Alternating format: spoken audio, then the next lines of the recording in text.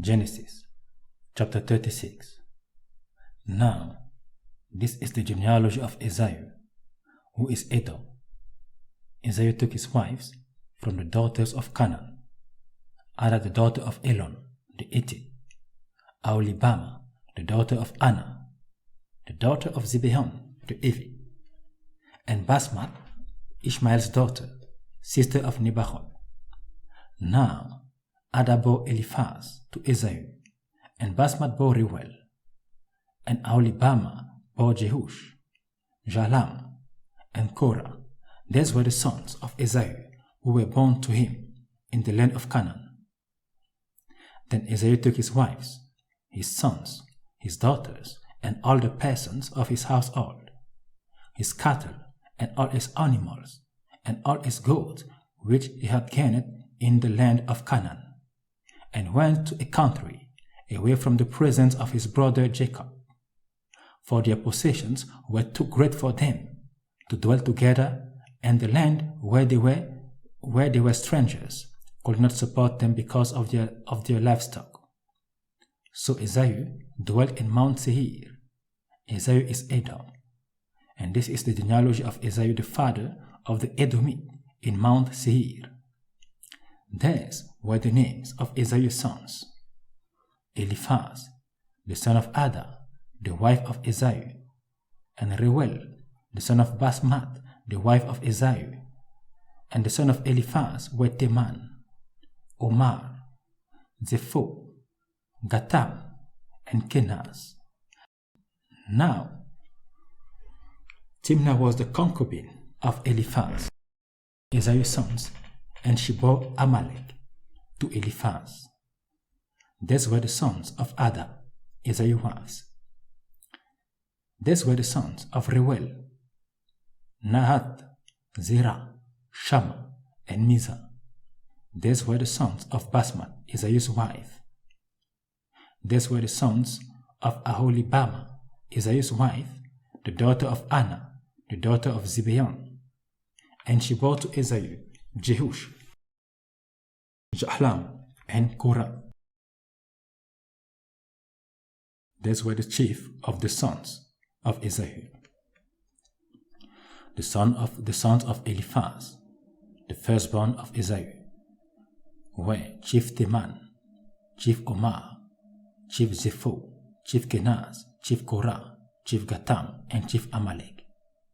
These were the chiefs of Eliphaz in the land of Edom. They were the sons of Ada. These were the sons of Reuel, Esau's sons: chief Nahat, chief Zerah, chief Shammah, and chief Mizah. These were the chiefs of Reuel in the land of Edom. These were the sons of Basmat, Esau's wife. And these were the sons of Aholibama, Esau's wife: chief Jehush, chief Jalam, and chief Korah.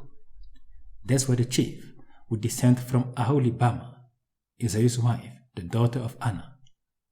These were the sons of Esau, who is Edom, and these were their chiefs. These were the sons of Seir the Horite, who inhabited the land: Lotan, Shobal, Zibeon, Anna, Dihon, Ezer, and Dishan.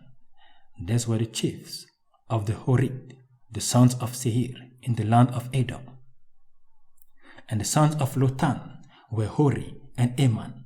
Lotan's sister was Timnah. These were the sons of Shobal: Alvan, Manahath, Ebal, Zepho, and Onam. These were the sons of Zibeon: both Ajah and Anna. This was the Anna who found the water in the wilderness, as he pastured the donkeys of his father Zibeon. These were the children of Anna: Jehon and Aholibama, the daughter of Anna. These were the sons of Jishon: Emdan, Eshban, Itran, and Shiran. These were the sons of Ezer: Bilan, Zaphan, and Akan. These were the sons of Jishan: Uz and Aran. these were the chief of the Orid, chief Lotan, chief Shobal, chief Zibeon, chief Anna, chief Dishon, chief Ezer, and chief Dishan. These were the chiefs of the Horid, according to their chiefs, in the land of Seir. Now, these were the kings who reigned in the land of Edom, before any king reigned over the children of Israel. Bela, the son of Behor, reigned in Edom, and the name of his city was Dinhabah. And when Bela died, Jobab, the son of Zerah, of Bosra, reigned in his place. When Jobab died, Usham, of the land of the Temanite, reigned in his place. And when Usham died, Adad, the son of Bedad, who attacked Midian in the field of Moab, reigned in his place. And the name of his city was Avid. When Adad died, Samlah of Mashkereka reigned in his place.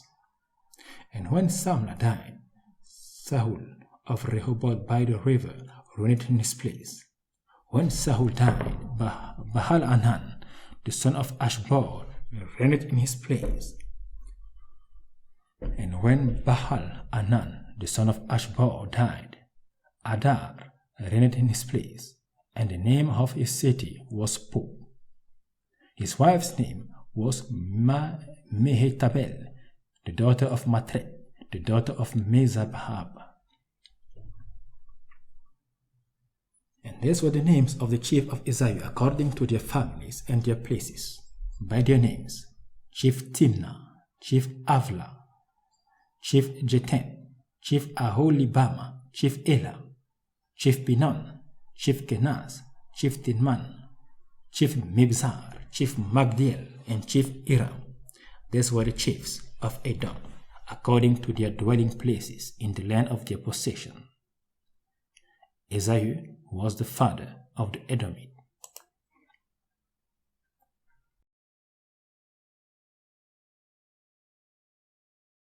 Now, Jacob dwelt in the land where his father was a stranger, in the land of Canaan.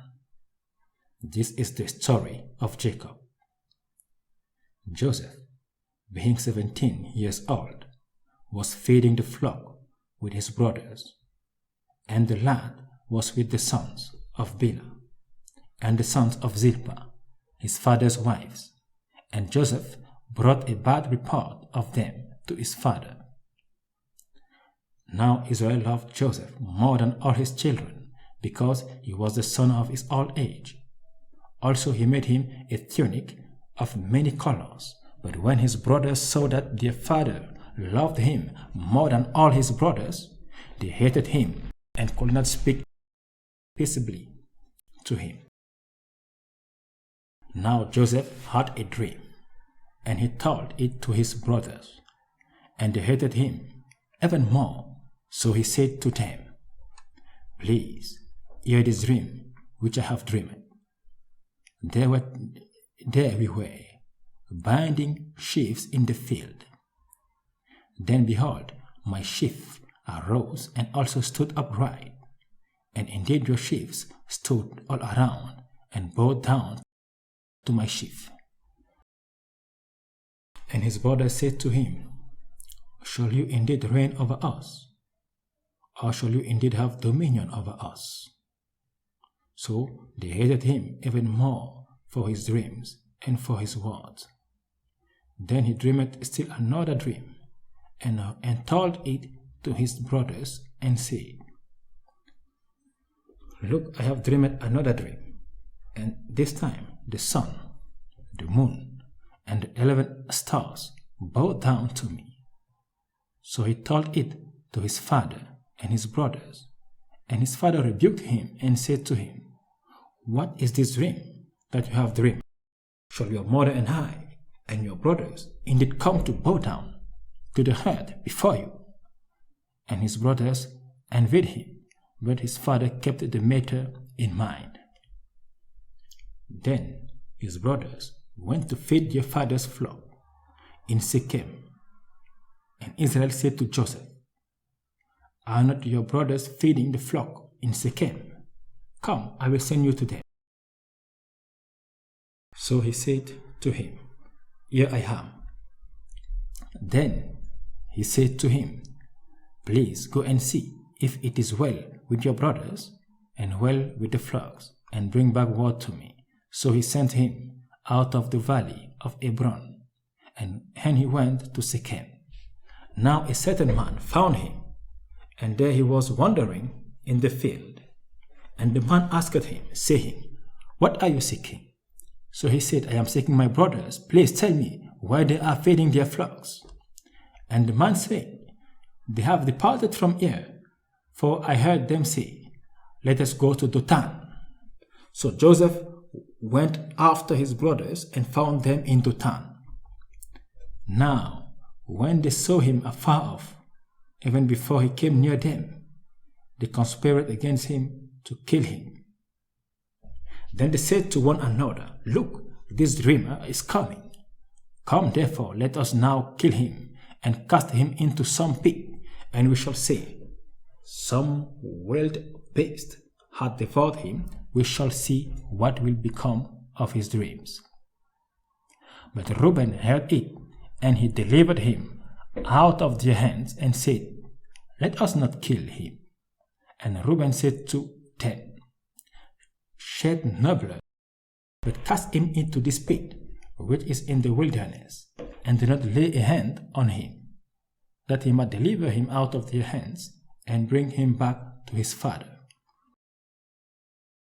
So it came to pass, when Joseph had come to his brothers, that they stripped Joseph of his tunic, the tunic of many colors that was on him. Then they took him and cast him into a pit, and the pit was empty, there was no water in it. And they sat down to eat a meal. Then they lifted their eyes and looked, and there was a company of Ishmaelites coming from Gilead with their camels, bearing spices, balm, and myrrh, on their way to carry them down to Egypt. So Judah said to his brother, "What profit is there if we kill our brother and conceal his blood? Now let us sell him to the Ishmaelites, and let not our hand be upon him, for he is our brother and our flesh." And his brothers listened.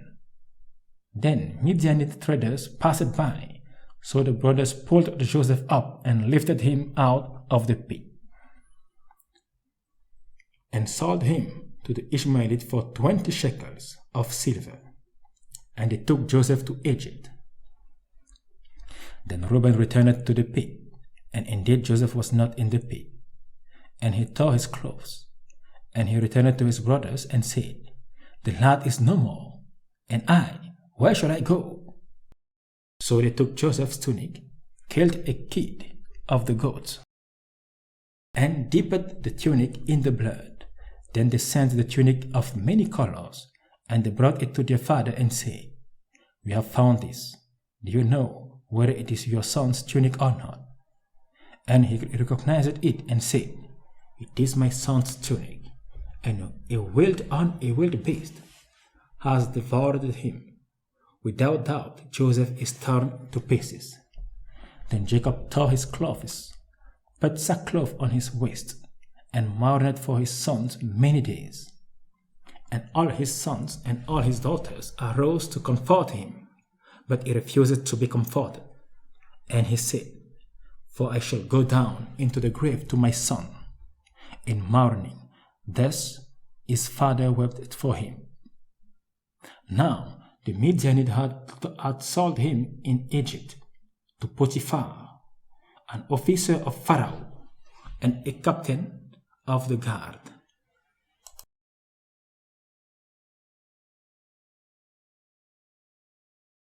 It came to pass at that time that Judah departed from his brothers and visited a certain Adullamite, whose name was Hira. And Judah saw there a daughter of a certain Canaanite, whose name was Shua, and he married her. and went into her. So she conceived and bore a son, and he called his name She conceived again and bore a son, and she called his name Onan. And she conceived yet again and bore a son, and called his name Shelah. He was a Shezib when she bore him. He was at Shezib when she bore him. Then Judah took a wife for his firstborn, and her name was Tamar. But Judah's firstborn, was wicked in the sight of the Lord, and the Lord killed him. And Judah said to Onan, Go into your brother's wife and marry her, and raise up an heir to your brother. But Onan knew that the heir would not be his. And it came to pass, when he went into his brother's wife, that he emitted on the ground, lest he should give an heir to his brother. And the thing which he did displeased the Lord, therefore he killed him also. Then Judah said to Tamar, his daughters-in-law,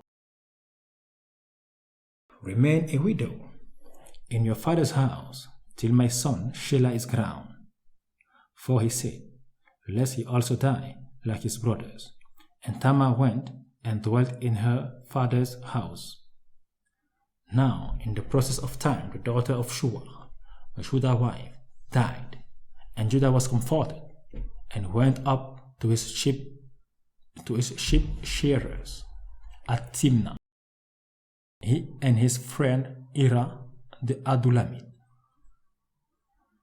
And it was told Tamar, saying, Look, your father-in-law is going up to Timnah to shear his sheep. So she took off her widow garments, covered herself with a veil, and wrapped herself, and sat in an open place, which was on the way of Timnah. For she saw that Shelah was grown, and she was not given to him as a wife. When Judah saw her, he thought she was a harlot, because she had covered her face. Then he turned to her by the way and said, Please, let me come into you. For he did not know that she was his daughter-in-law. So she said, What will you give me, that you may come into me? And he said, I will send a young goat from the flock. So she said, Will you give me a pledge till you send it? Then he said, What pledge shall I give you? So she said, Your signet and cord, and your staff that is in your hand. Then he gave them to her, and went into her, and she conceived by him. So she arose and went away, and laid aside her veil, and put on the garment of her widowhood. And Judah sent the young goat by the hand of his friend the Adullamite to receive his pledge from the woman's hand, but he did not find her. Then he asked the men of that place, saying, Where is the harlot who was openly by the roadside? And they said, There was no harlot in this place. So he turned to Judah and said, I cannot find her. Also the men of the place said there was no harlot in this place. Then Judah said, Let her take them for herself, lest we be shamed. For I sent this young goat, and you have not found her. And it came to pass, about 3 months after, that Judah was told, saying, Tamar, your daughter-in-law, has played the harlot furthermore. She is with child by harlotry. So Judah said, Bring her out, and let her be burned. When she was brought out, she sent to her father-in-law, saying, By the man to whom these belong, I am with child. And she said, Please determine whose these are, the signet and cord and staff. So Judah acknowledged them and said, She has been more righteous than I, because I did not give her to Shelah my son. And he never knew her again. Now it came to pass, at the time for giving birth, that behold, twins were in her womb. And so it was, when she was giving birth, that the one put out his hand, and the midwife took a scarlet thread, and bound it on his hand, saying, This one came out first. Then it happened, as he drew back his hand, that his brother came out unexpectedly. And she said, How did you break through? This breach be upon you. Therefore his name was called Perez. Afterward his brother came out, who had the scarlet thread on his hand, and his name was called Zerah.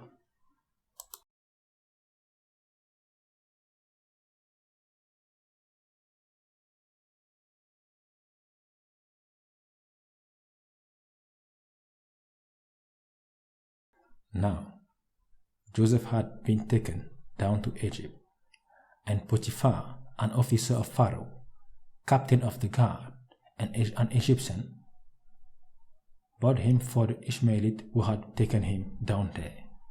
The Lord was with Joseph, and he was a successful man, and he was in the house of his master the Egyptian.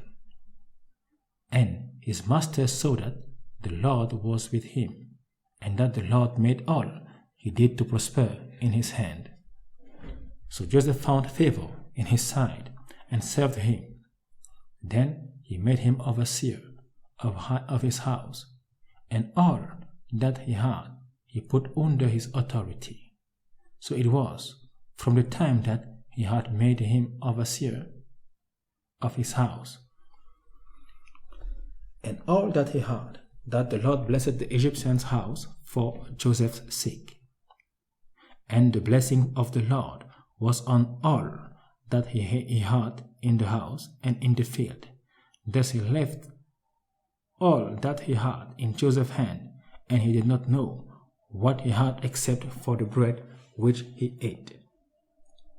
Now Joseph was a handsome in form and appearance. And it came to pass after these things that his master's wife cast longing eyes on Joseph. And she said, Lay with me. But he refused it, and said to his master's wife, Look, my master does not know what is with me in the house, and he has committed all that he had to my hand. There is no one greater in this house than I, nor has he kept back anything from me but you, because you are his wife. How then can I do this great wickedness and sin against God? So it was as she spoke to Joseph day by day, that he did not heed her, to live with her or to be with her. But it happened about this time, when Joseph went into the house to do his work, and none of the men of the house was inside, that she caught him by his garment, saying, Lay with me. But he left his garment in her hand, and fled, and ran outside. And so it was, when she saw that he had left his garment in her hand, and fled outside, that she called to the men of her house, and spoke to them, saying, See, he has brought into us a Hebrew to mock us. He came into me to lay with me, and I cried out with a loud voice. And it happened, when he heard that I lifted my voice and cried out, that he left his garment with me, and fled and went outside. So she kept his garment with her until his master came home. Then she spoke to him with words like this, saying, The Hebrew servant whom you brought to us came in to me to mock me. So it happened, as I lifted my voice and cried out, that he left his garment with me and fled outside. So it was, when his master heard the words which his wife spoke to him, saying, Your servant did to me after this manner, that his anger was aroused. Then Joseph's masters took him and put him into the prison, a place where the king's prisoners were confined. And he was there in the prison. But the Lord was with Joseph and showed him mercy, and he gave him favor in the sight of the keeper of the prison. And the keeper of the prison committed to Joseph's hand all the prisoners who were in the prison. Whatever they did there, it was his doing.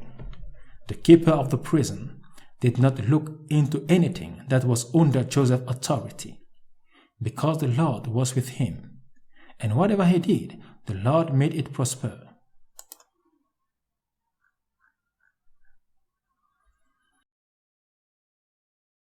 It came to pass after these things that the butler and the baker of the king of Egypt offended their Lord, the king of Egypt, and Pharaoh was angry with his two officers, the chief butler and the chief baker. So he put them in custody in the house of the captain of the guard in the prison, the place where Joseph was confined. And the captain of the guard charged Joseph with them, and he served them. So they were in the custody for a while. Then the butler and the baker of the king of Egypt, who were confined in the prison, had a dream, both of them, each man's dream in one night, and each man's dream with its own interpretation. And Joseph came into them in the morning and looked at them and saw that they were sad. So he asked Pharaoh's officers who were with him in the custody of his Lord's house, saying, "Why do you look so sad today?" And they said to him, "We each have had a dream, and there is no interpreter for it." So Joseph said to them, Do not interpretations belong to God? Tell them to me, please." Then the chief butler told his dream to Joseph and said to him, "Behold, in my dream, a vine was before me, and in the vine were 3 branches. It was as though it budded. Its blossoms shot forth, and its clusters brought forth ripe grapes. Then Pharaoh's cup was in my hand, and I took the grapes and pressed them into Pharaoh's cup, and placed the cup in Pharaoh's hand."